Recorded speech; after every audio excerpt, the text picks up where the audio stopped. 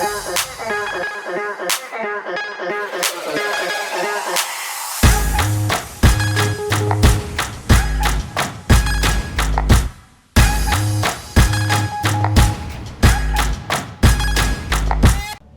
Sahej, please welcome everybody, Sahej Sahni.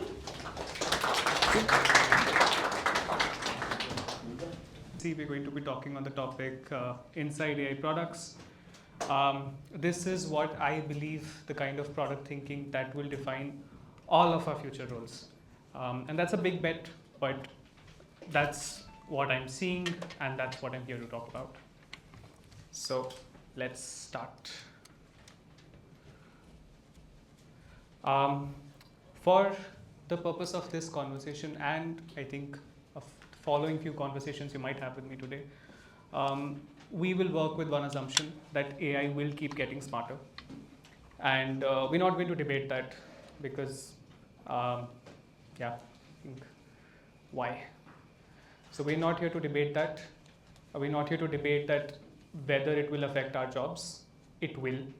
It has already been affecting our jobs. And everything we discussed today assumes one thing, that AI capabilities will continue improving, and there is no credible argument that it stops. And if any of you have been following what Claude has been doing the last whole week, then you know there's no point arguing against it. Cool. So what we are here to talk about is what that means for our work, and specifically what it takes to build AI products that actually work. What do I mean by products that actually work? I don't want to talk about products that look good for a demo or a LinkedIn post, but products that go beyond enterprise demos, that go through those months-long sales cycles and people keep paying for them, right? Products like that. Here are some screenshots. I'd love you to have a look at them from Zomato support. So what's happening here? Anyone? Yeah. And is it going well? It's frustrating. It's frustrating. Yes. Disappointment. It's disappointing. Yeah. It's horrible. I'm looking for food. Or not. Am I trying to cancel it? I think I'm trying to cancel it. I'm not looking for food. And if the AI agent doesn't make that happen for me, then I'll make sure I'll post this conversation on social media highlighting how this AI was not useful in my time of need. I'm threatening it. Let's see what happens next. So the delivery agent has gone home. And the customer has also spoken with him. And neither of them are able to cancel the order. So the question is, do you think that the AI was smart enough? No, why not? Not able to understand the problem. What else? Not very helpful. Yeah. But what if that was precisely the job? Yeah. Maybe it was tasked to be a horrible. Of course. Yeah. We don't know what goes on in those big brains. Okay. Anyone who thinks that the AI was smart enough? Okay. Nice. I feel it was designed in a way that it neutralizes at the extreme end. But when we see whether AI notifies the higher authority that things are getting out of hands, we need human intervention. I think that's where we haven't reached in terms of the chat. Yeah. Right. So yes, it wasn't very smart. But when we talk about AI, I'd want us to differentiate between the common technology that powers it, which is LLMs, large language models. For most of us, there's more to it, of course. But what we saw here is we saw smart AI in a bad product, and that ends up being a bad AI product. So the AI model that these guys are using are definitely good stuff. This is from 10 months ago. So guessing GPT-4, GPT-5 had also come along. I am not sure if they're paying that much for customer support. But these are the kind of models that are able to do things like write poetry, give bar exams, explain quantum physics, but they stumble here. It failed here. So AI products don't fail because the model under it is not very smart. That is one of the failure modes, of course. But for cases so simple like these, it's because of a disconnect between three things. We're going to look at those three things now. So when an AI product fails, one of these three is broken. Knowledge, which is, in this case, the agent knew the user's name, it knew the restaurant, it knew the ETA, it knew the reason for the delay, and it also knew what is the cancellation penalty, very precisely. But it did not know that the delivery partner had gone home. So the product does not have that knowledge. It's not been provided to it. Second, capabilities. The agent could share status, it could explain penalties, it could also apologize repeatedly without getting tired, unlike most of us here. So, but it could not escalate to a human, and that's what the user was asking for from the beginning. It could not cancel the order, and it could not offer compensation. Thirdly, you have demands. I want to cancel. Connect me to a human. Just connect me to a human. Okay. So the bot understood every word. That's very basic for the LLMs. But it still couldn't act. And that's what made it fail. Another one of those things that AI can't do, given the short time that we have. But of course, let's look at this image now. So, was the agent smart enough? Yeah, yes and no. Yes and no. Okay. Why yes? Because it knew that there are some copyright restrictions that it has Okay. to follow. But then if you just twist your words, it was stupid enough to just break. Like just It was stupid enough. I would say the agent is smart, but the human is smarter. Yeah, it's all our fault, guys. Right. Let's break this down. So, knowledge. The model knows what Sonic looks like. It was clearly trained on it. That's why we're seeing it there. It also knows it's not supposed to generate copyrighted materials, and that's why it refused to do so. Capabilities. It can refuse copyrighted requests. It's been allowed to do so. It can generate images from descriptions. We see it doing that. And demands. The user wanted Sonic, got refused, rephrased the same request without the name, and got Sonic.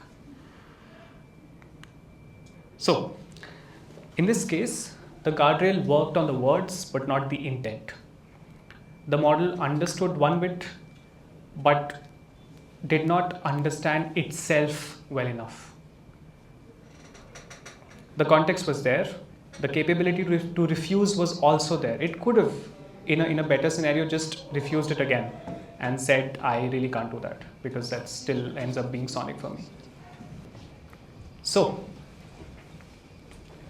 these are not AI problems. These are classic product problems. These are the kind of challenges you could take away the technology, you could take away the context, but the way to solve them is still with the same classic product principles. So this is what building AI product actually looks like on the other side. Someone decided what these agents know, what they can do, and what they'd be expected to handle. There's still a lot of humans that AI needs for the next few months at least. I'm kidding. And in both cases, they didn't go deep enough, right? And that's why they failed. The balance between knowledge, capability, and demands was off. And getting this balance right is the job. And that's what I do for a living. So, okay, a bit about me. I have been doing this for 7 years with startups, just building things. I started as a designer, that's why I'm here. Currently, I'm a senior AI PM at Qualtrics, and I'm building production AI tools. One of my fancy achievements is that I led the revamp for our patented embedding-based theme analytics algorithm and replaced that with a far simpler LLM-based architecture. Super simple, easier to work with, 2x faster, 50% cheaper. And just to give you a sense of the scale, we've processed more than 100 billion plus tokens so far. This is something we got from OpenAI last year. So that's the work we do. Additionally, right now, I am working with AI agents. I'm leading the development for Genie, which is our customer intelligence analytics AI agent. So getting the numbers right is a very big part of the job, which, as you know, is difficult for LLMs. Lastly, currently I'm transforming our product team from doc first to prototype first.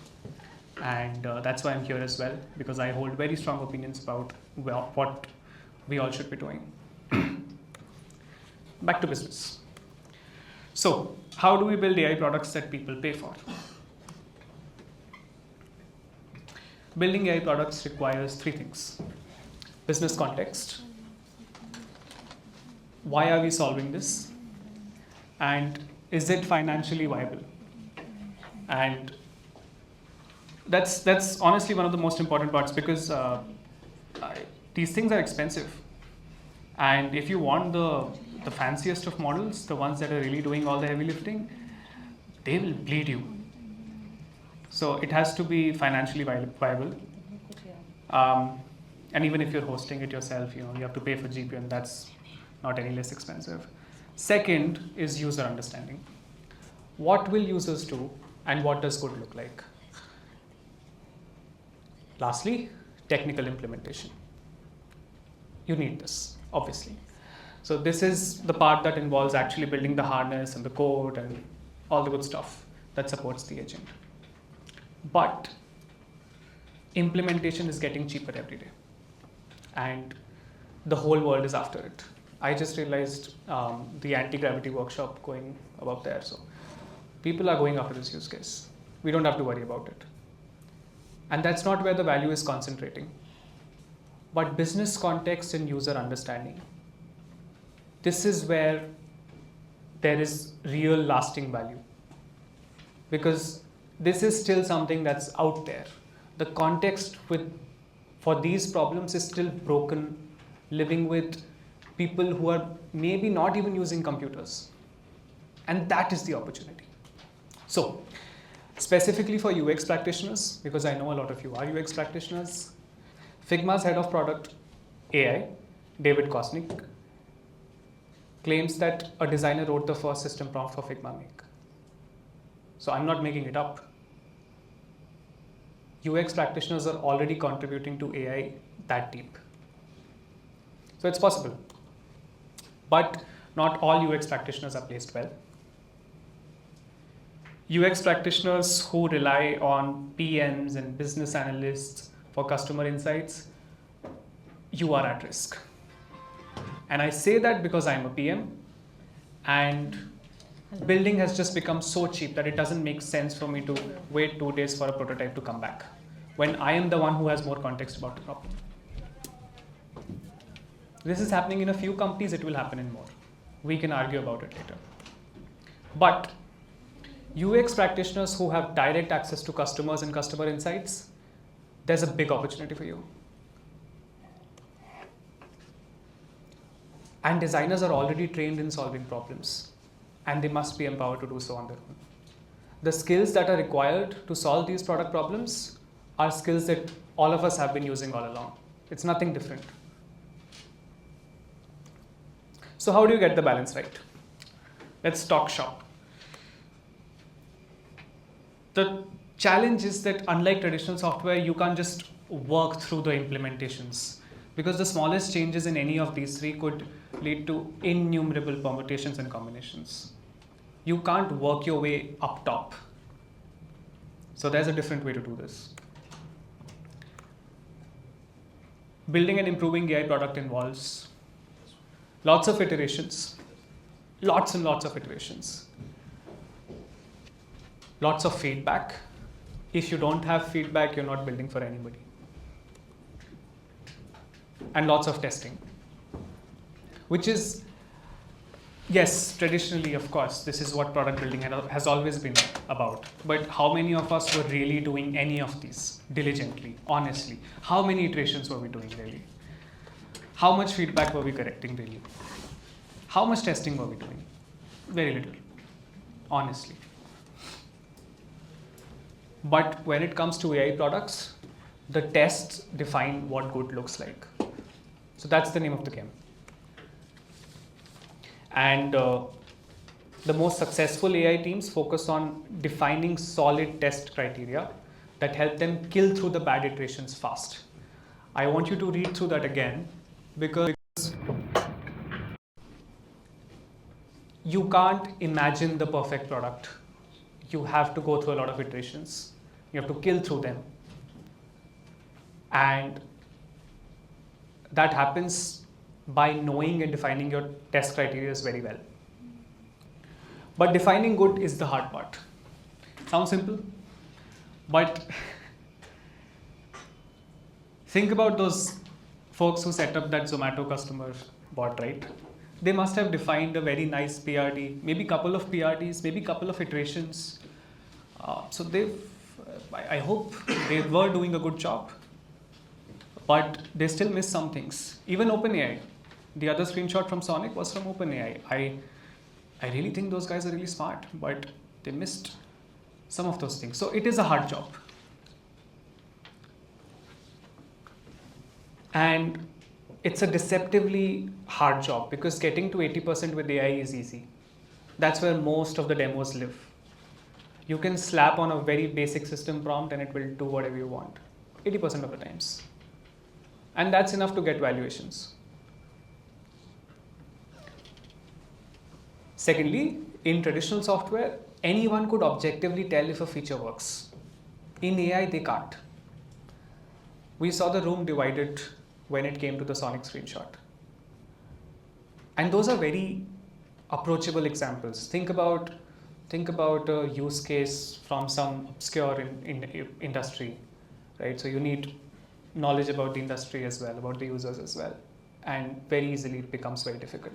But earlier you could just look at a piece of software and tell, okay, is it working, is it not working? It was objective. Getting that objectivity in is difficult, and it's not something everybody can do very well. You need someone with taste and user understanding to judge the output. So this is why the industry is converging on something called Evals. And when I say this, I know the design industry has picked up the word taste a lot.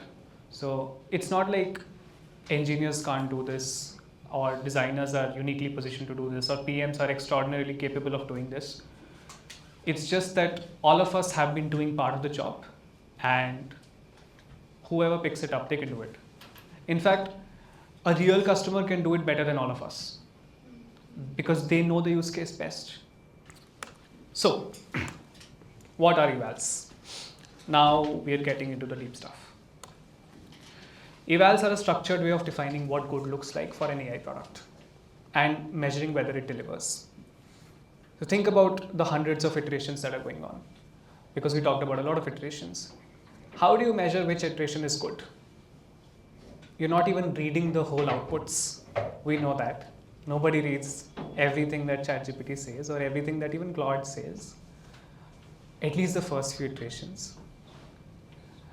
And doing that for hundreds of cases, hundreds of iterations is just not happening. So we need something objective. And here's a factoid. The CPOs of OpenAI and Anthropic independently call this the most important product skill right now.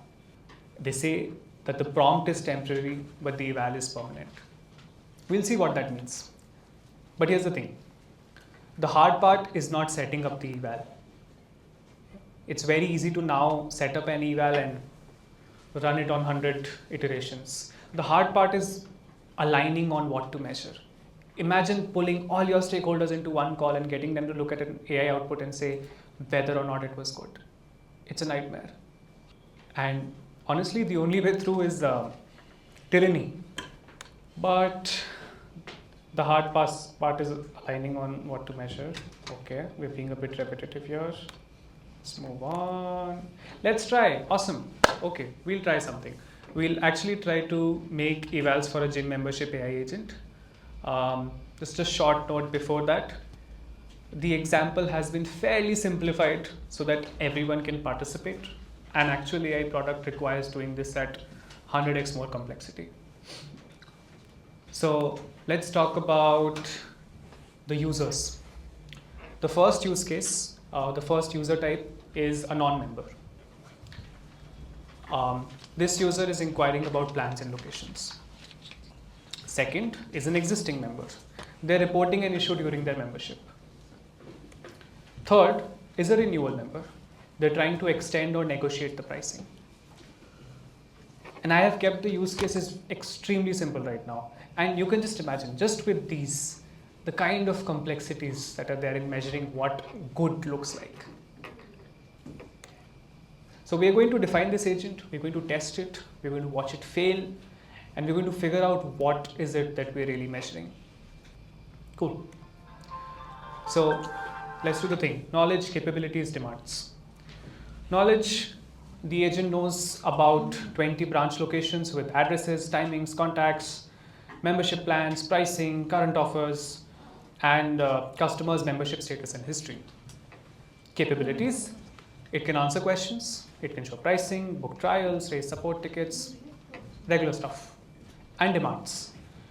There can be a long list of demands. But to start off with, to kick off the process, it's better to just pick some demands. So new member inquiries, existing member complaints and feedbacks, renewal negotiations and offers. Just with one agent, something as simple as this, there's tons of attributes to measure before it hits prod. So in this case, we'll start with something as simple as length, the length of the answer. So let's see what's the product thinking that goes behind defining the good for something as simple as length. Okay. So first pass, and this is the real process that we follow. We'll start off with some use cases, and we're going to say what's a good length for each answer. And for the first pass, we're just going to start off with one way to measure it. So let's look at this use case. Can you give me contact timings and addresses of all branches? And what are we measuring? We're measuring whether the response is within 2 lines to 2 paragraphs. Because we as AI product builders have decided that the answer should be between 2 lines and 2 paragraphs. That's what we're going to evaluate. And we're going to do the same for a couple of other questions. So use case 1, list the location of branches. Let me introduce you to what we call a system prompt. I won't go too deep into it because this is not about implementation, but just consider you take your standard LLM out of the box, GPT, Claude, whatever. You slap a system prompt on top of it, and that makes your AI agent. Okay. So in this case, I've set up a system prompt. You are a helpful assistant for FitZone Gym. The gym has 20 branches across Delhi NCR, each with their own opening times. You help users with membership inquiries, feedback, and support. Keep responses between 1 sentence and 2 paragraphs. Be friendly and professional. It's really important that we try out these use cases, and the easiest way to try them out is just go to ChatGPT or Claude, and you can put it in there and you can observe the agent, how it's behaving. Because this part of the exercise is not about really figuring it out, because that's going to take a long while. This part is to just get us to confront our own assumptions, right? And thankfully, these guys are still giving it out for free. Let's look at this one. Here's how we can simulate the same AI agent in ChatGPT. I put in the same system prompt and I've told it a user message is what we call it, but it effectively behaves as a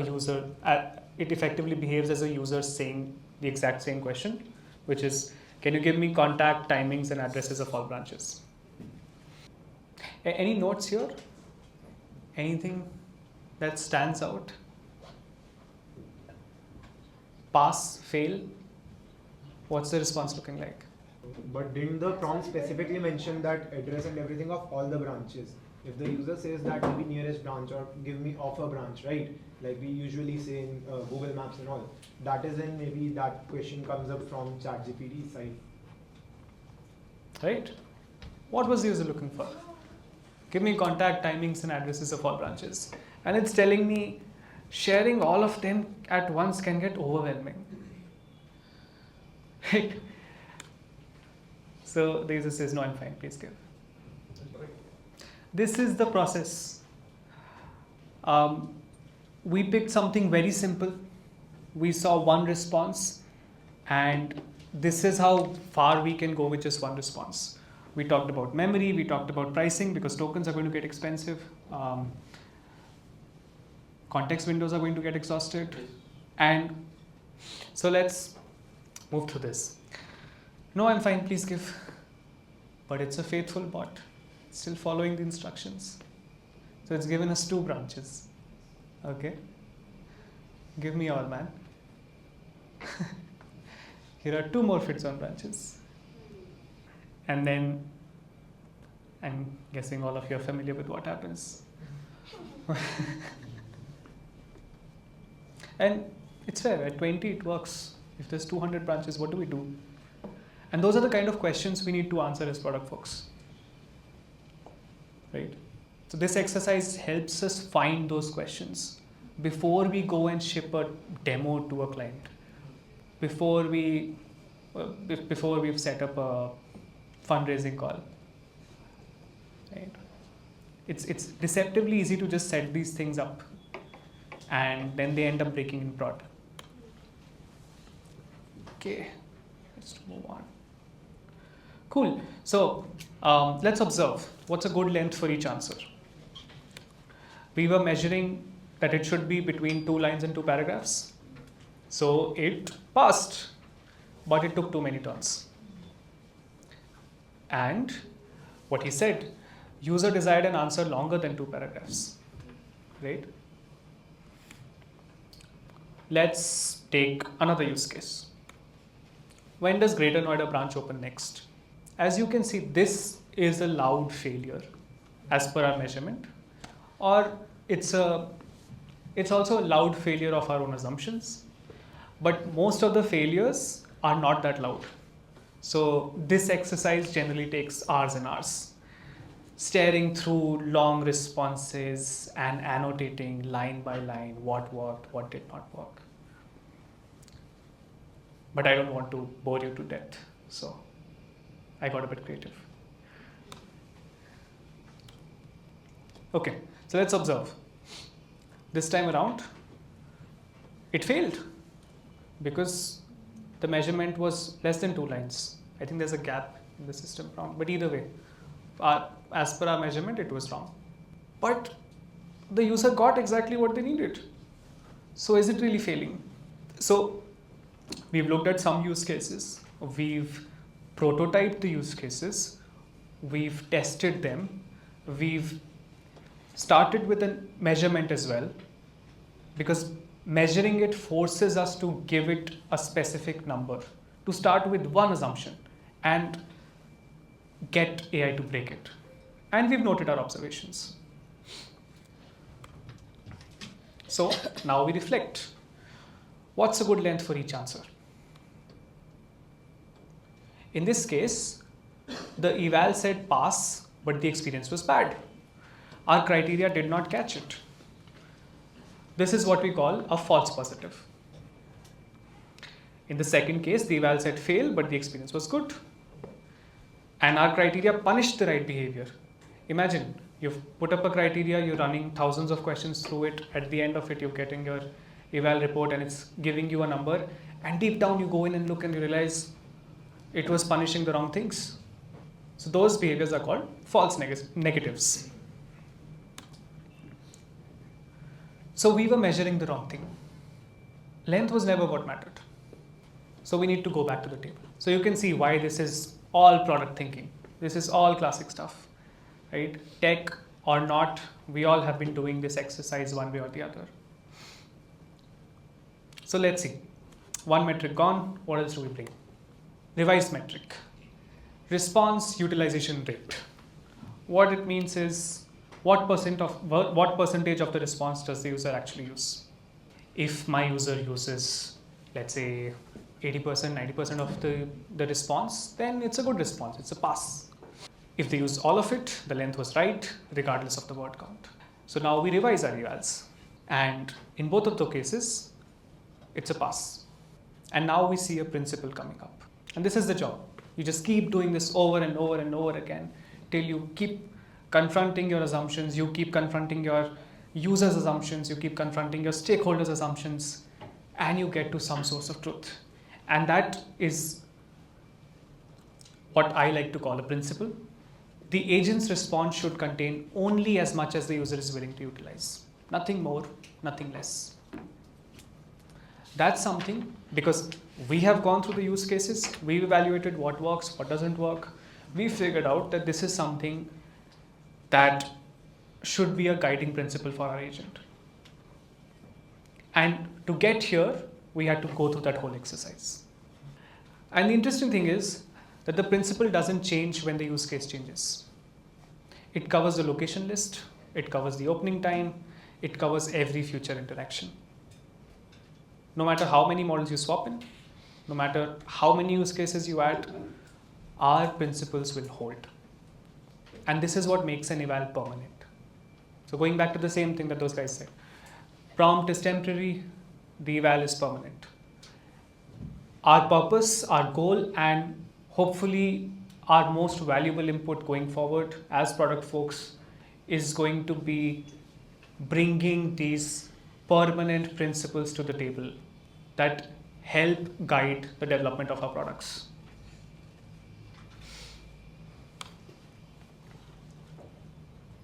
But this is a cycle, okay? It's not a checklist. And again, this was a very silly, very simple example. I would love you guys to think about it a little more, complicate it with all kinds of use cases, all kinds of sophisticated domains, all kinds of technicalities, and that's when it gets fun. And this was just one pass for one attribute. The revised metric is still not great. It's still a horrible metric. And that was one pass, and there was one attribute, and just 2 use cases. We don't know what else exists out there. We've not tried it that much. And the way to finding something useful is trying it out that much more, looking through the answers, figuring out what is it that my user needs.